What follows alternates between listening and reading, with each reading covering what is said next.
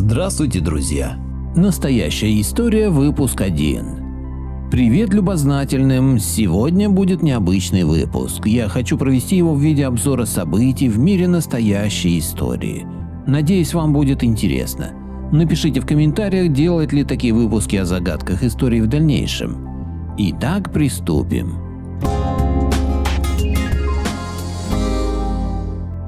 Стоунхендж в озере Мичиган. В 2007 году археологи искали в озере Мичиган затонувшие корабли. Во время этой операции на глубине около 13 метров был обнаружен круг из крупных камней, в центре которого находилось еще одно сферическое образование. Понятно, что такая замысловатая форма показалась ученым неестественной, однако на этом загадки не закончились. На одном из камней было замечено изображение мастодонта, родственника современных слонов, который вымер более 10 тысяч лет назад.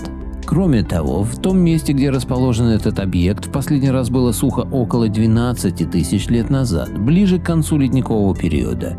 Если это мегалитическое сооружение имеет искусственное происхождение, оно должно было быть построено именно тогда, до начала таяния ледников. Это противоречит современным представлениям о том, на что были способны люди, населявшие в то время нашу планету. Удивительная карта 1850-х годов, показывающая землю славы Руси, населенный полярный регион, который официально не существовал.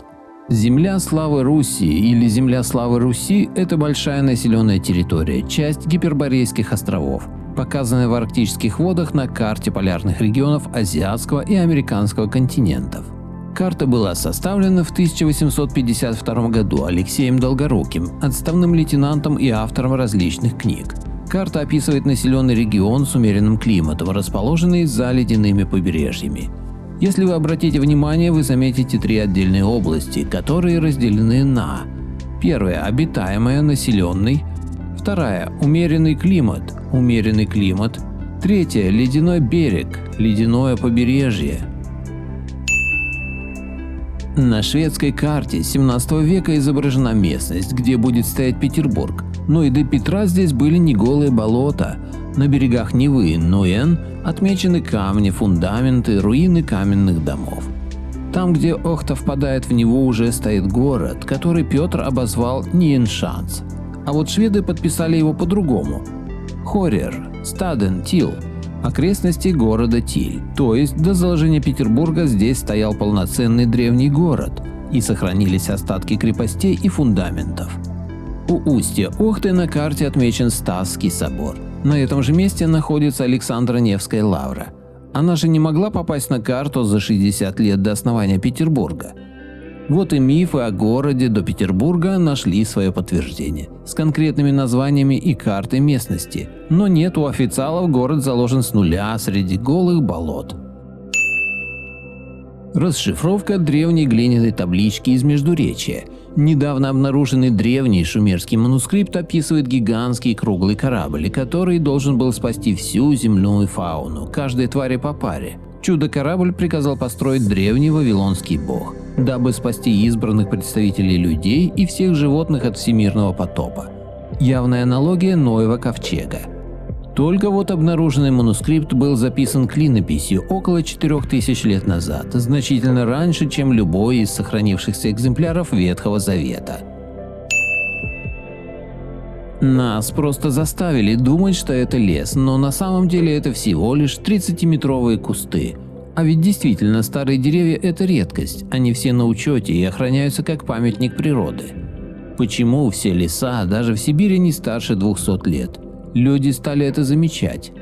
Дело в том, что еще советские биологи обнаружили некую странность. На полюсах скоплено неестественное количество воды в виде льда и снега, а в водах Мирового океана растворено неестественное количество углекислого газа.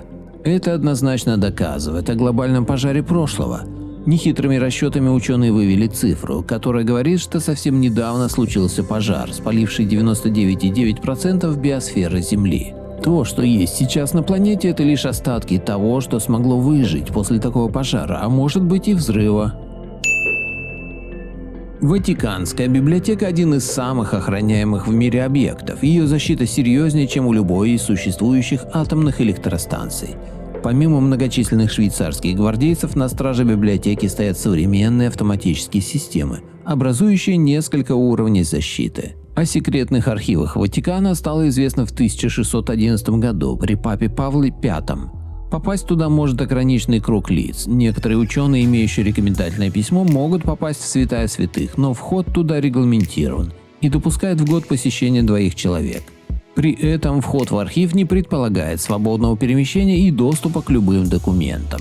Посетитель указывает интересующую его тему, и ему подбирают соответствующую литературу. Такая закрытость вызывает вопросы и рождение версии о том, что на самом деле хранит архив Ватикана.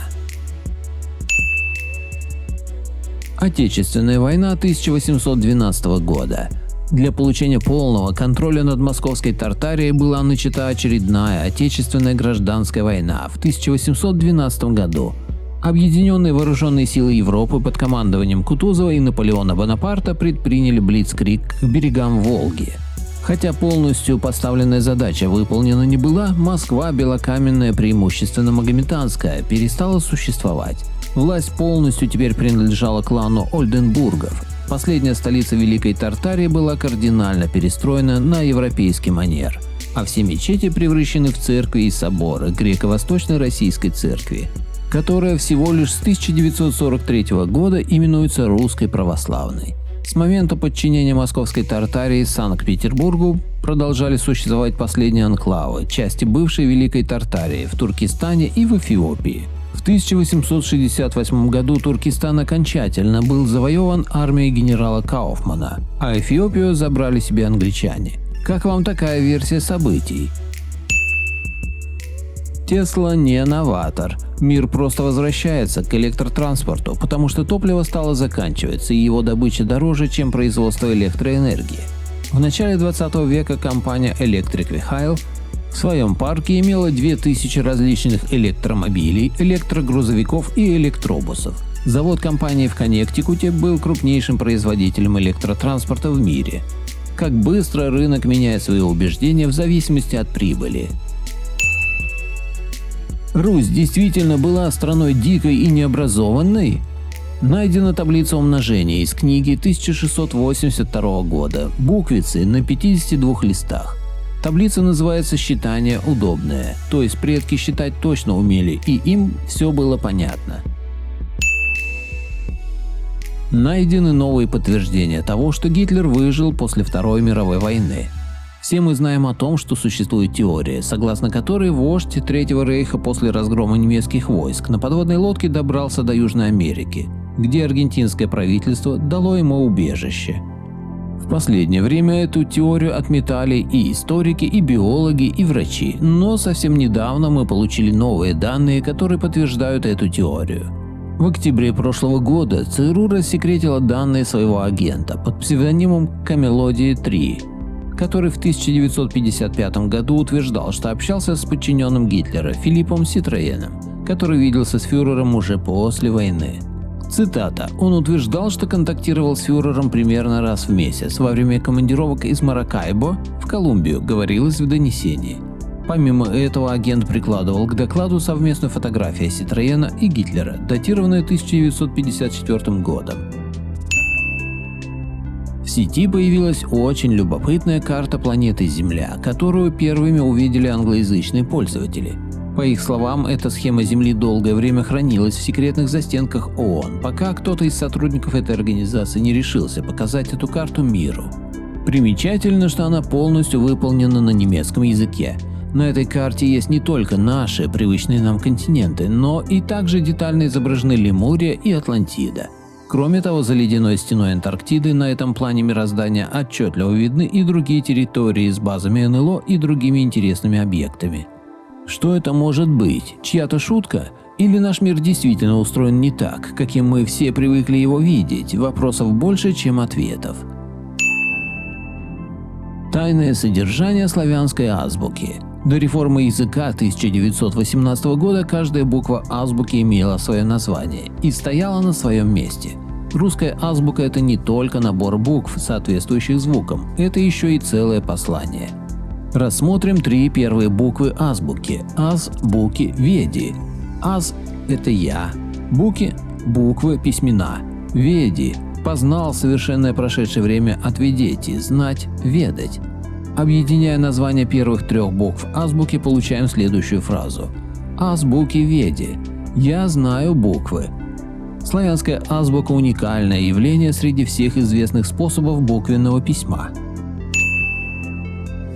Парень нашел в доме потайную дверь, но даже не подозревал, куда она ведет.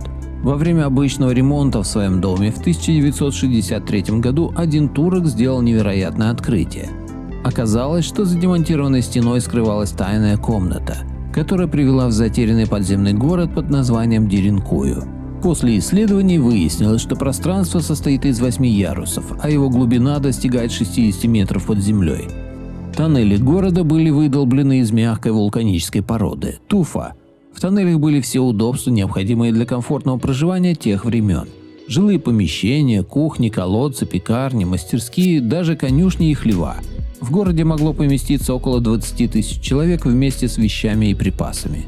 То, что о Деренкую ничего не знали на протяжении стольких лет, просто немыслимо. Только представьте себе ощущение людей, которые всю жизнь прожили над древним затерянным городом, не имея об этом ни малейшего представления.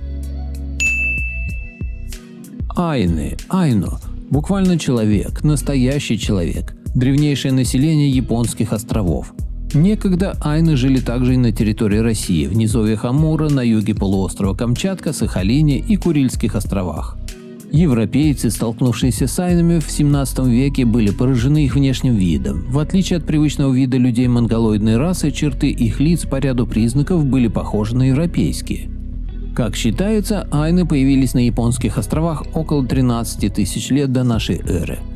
Достоверно неизвестно, откуда айны пришли на японские острова, но известно, что в эпоху Дзёмон айны населяли все японские острова. В течение 7-9 веков японцы захватили весь ареал проживания айнов, за исключением Хоккайдо. В 1966 году количество чистых айнов составляло около 300 человек.